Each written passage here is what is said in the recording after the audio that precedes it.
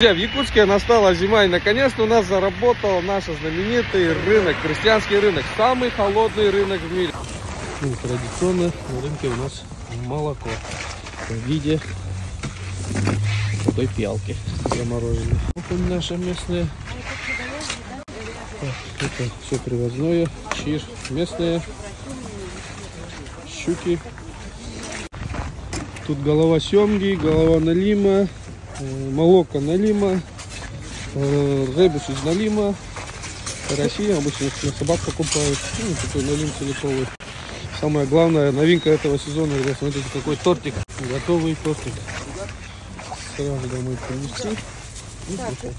Я всех еще посыпал бы красную икрой, зайчики, гуси, глухарь, ну и очищенный рыба.